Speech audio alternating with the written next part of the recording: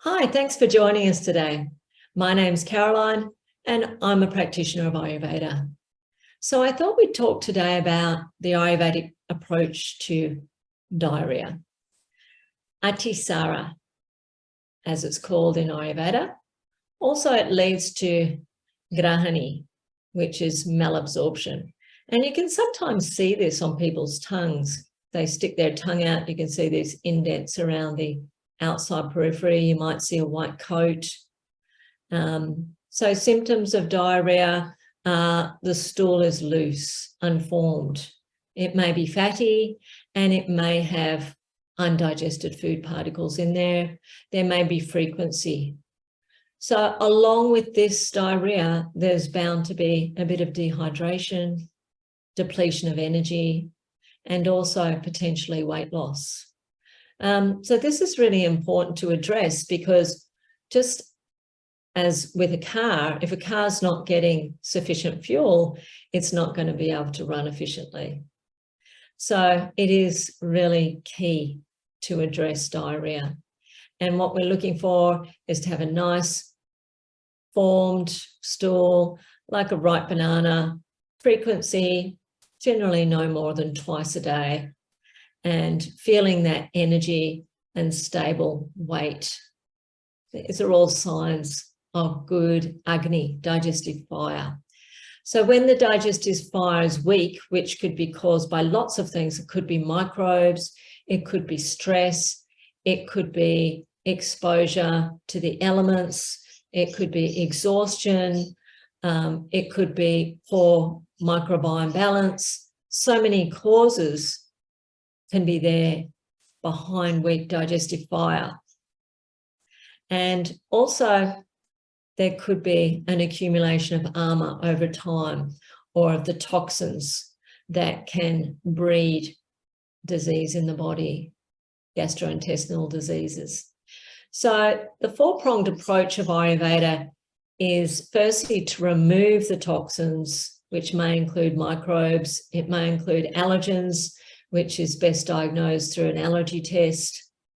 And removing it may also involve specific antimicrobials, things like garlic, which we commonly have in food, oregano, and then to really help to halt the diarrhea. So did you know that pomegranate juice can do that with its astringent properties?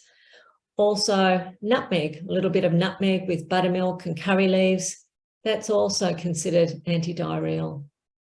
The classic brat diet is bananas, slightly unripe bananas, and the R is for rice. In this case, basmati rice is good, low fiber.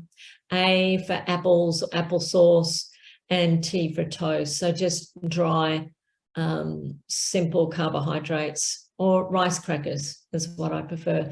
And at the same time with diarrhea, we're always reducing stimulants such as sugar, caffeine, cacao, cigarettes, coffee, chili, alcohol.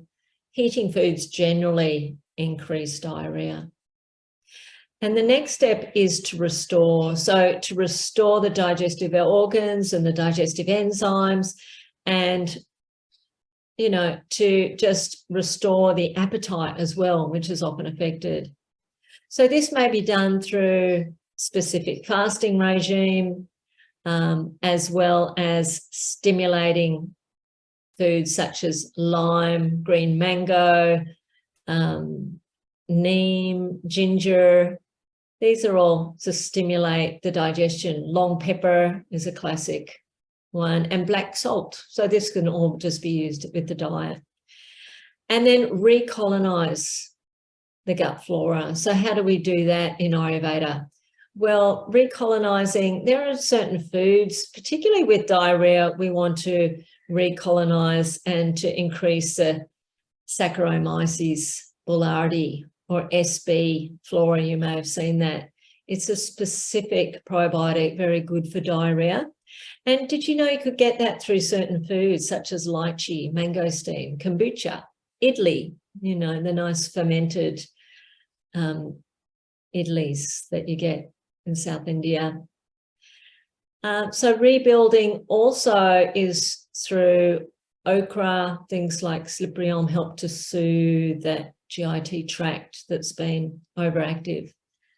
And just with our daily regime, making sure that our enteric nervous system is relaxed with sufficient sleep, nice, regular, relaxing exercise, good dietary habits, such as not eating 2 hours prior to sleep, not overeating, having mindful meals where you're chewing properly.